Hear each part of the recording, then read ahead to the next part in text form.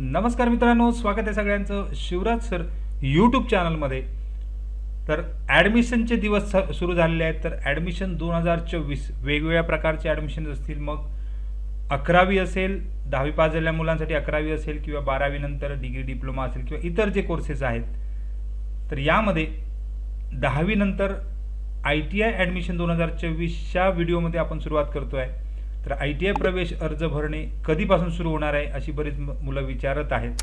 तर त्याबद्दल हा व्हिडिओ अपडेट करत आहे।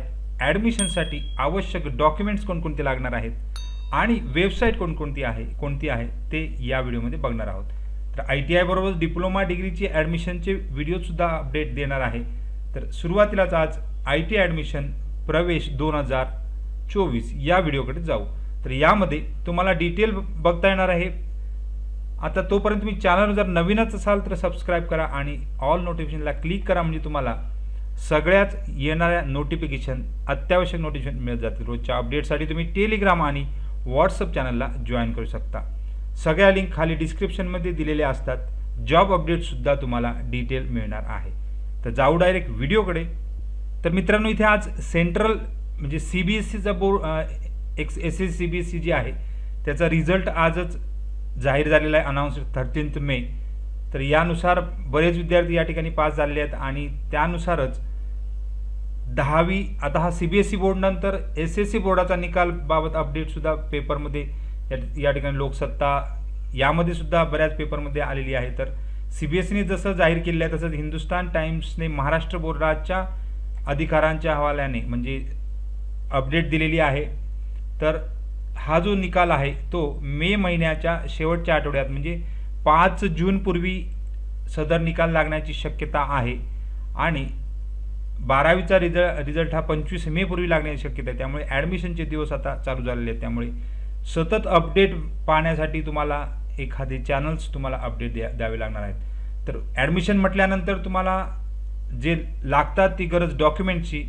तर आपण डॉक्युमेंट्स प्रत्येक ॲडमिशनला कोणकोणते लागणार आहेत त्याची डिटेल बघू, म्हणजे तुम्हाला पुढे त्रास होणार नाही आहे। तर प्रवेशाकरिता कोणत्याही प्रवेशाकरिता आवश्यक कागदपत्रांची यादी तर यामध्ये ITI ॲडमिशनचं सुद्धा आहे। तर कोणताही प्रवेश घ्यायचा झाले तुमच्याकडे मागास जर तुम्ही उमेदवाराचे आरक्षण जर दावा करायचा असेल म्हणजे तुम्ही मागास प्रवर्गातील असाल तर तुम्हाला सदर डॉक्युमेंट्स आवश्यक आहेत। तर यामध्ये SC कॅटेगरीचं सर्टिफिकेट तुम्हाला अत्यावश्यक आहे जर तुम्ही SC कॅटेगरीमध्ये असाल तर। त्यानंतर ST, त्यानंतर आहे म्हणजे ह्या SC आणि ST यांना फक्त कास्ट सर्टिफिकेट ते आवश्यक असतात।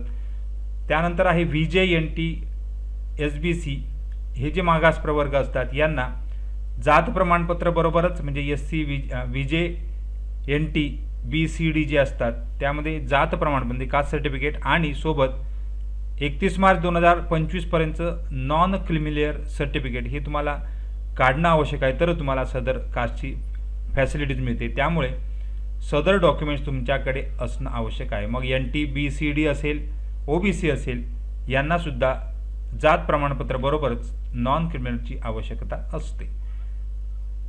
आता खुल्या प्रवर्गातील काही उमेदवार जर 10% आरक्षणमध्ये EWS जे आरक्षण असतं त्यांना जर आरक्षणाचा लाभ घ्यायचा असेल तर खुल्या म्हणजे ओपन कॅटेगरीमधील उमेदवारांना शक्यतो आरक्षण जे आहे ते EWS अंतर्गत मिळतं 10%। तर त्यांना तो सुद्धा अर्ज तुम्हाला ते प्रमाणपत्र मिळवणे आवश्यक आहे। त्याचबरोबर नॉन क्रिमिनल प्रमाणपत्र सुद्धा त्या ठिकाणी आवश्यक आहे। तर या ठिकाणी तुम्हाला खाली फॉर्मॅट सुद्धा दिलेला आहे तो पण दाखवणार आहे। आता अर्ज स्वीकृती करताना तुमच्याकडे आधार कार्ड असणं आवश्यक आहे आणि आधार कार्डनुसारच सगळे डॉक्युमेंट्सवर त्या ठिकाणी नावं असणं आवश्यक आहे। त्यामुळे आधार कार्ड सुरुवातीला अपडेट करून घ्या। जर आधार कार्डमध्ये काही चुका असतील तर लवकरात लवकर त्याबद्दल करून घ्या। त्यामध्ये जन्मतारीख, नावाचं स्पेलिंग, मेल फिमेल या अत्यावश्यक ज्या गोष्टी आहेत त्या ठिकाणी आधार नोंदणीप्रमाणे असणं आवश्यक आहे। नंतर पहिलं म्हणजे तुमच्याकडे आधार कार्ड असणं आवश्यक आहे। SSC गुणपत्रिका ही ॲडमिशनला आवश्यक असते। फॉर्म भरताना सुद्धा त्याची आवश्यकता असते जनरली। त्यामुळे ज्यावेळी ऑनलाईन रिझल्ट लागणार त्यावेळी फॉर्म तुम्ही भरू शकता। त्यानंतर LC सुद्धा लागतो ॲडमिशनला।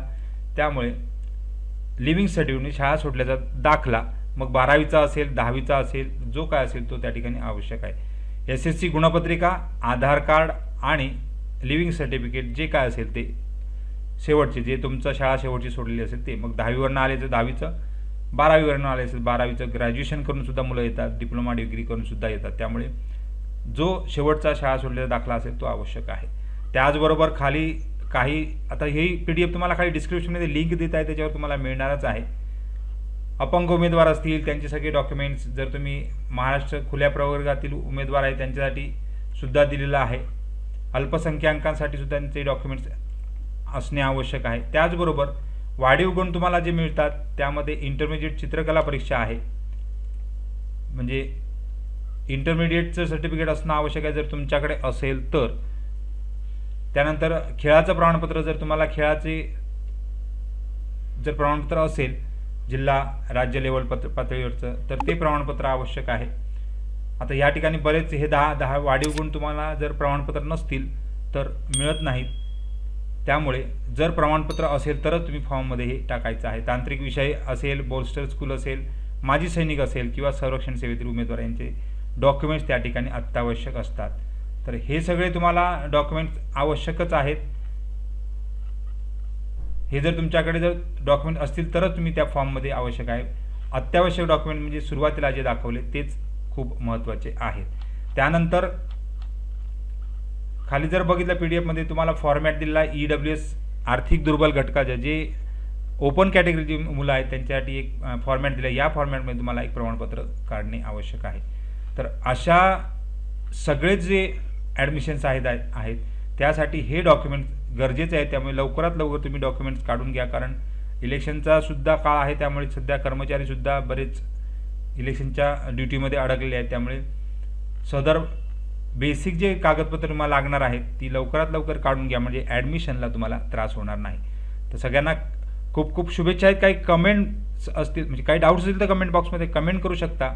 म्हणजेच गेल्या वर्षीचे जे व्हिडिओज बनवले आहेत ते सुद्धा तुम्हाला इथे मिळतील. म्हणजे गेल्या वर्षी बरेच व्हिडिओ बनवले ॲडमिशन 2023चे, यामध्ये ॲडमिशन कसं सुरू झालं, कशा प्रकारे मेरिट लिस्ट बघता आली, गव्हर्नमेंट प्रमाणपत्र कोणकोणते मिळतात, त्याचबरोबर इतर काही अत्यंत महत्त्वाचे जे तुम्हाला डॉक्युमेंट्स असतील, अर्ज भरताना कोणत्या चुका होतात ते सुद्धा त्या ठिकाणी सांगितले आहेत, ज्या चुका तुम्हाला पुढे त्रास देतात. त्यामुळे हे सगळे डॉक्युमेंट्स, हे सगळे व्हिडिओसुद्धा तुम्ही त्या ठिकाणी बघून ॲडमिशनसाठी रेडी राहू शकता.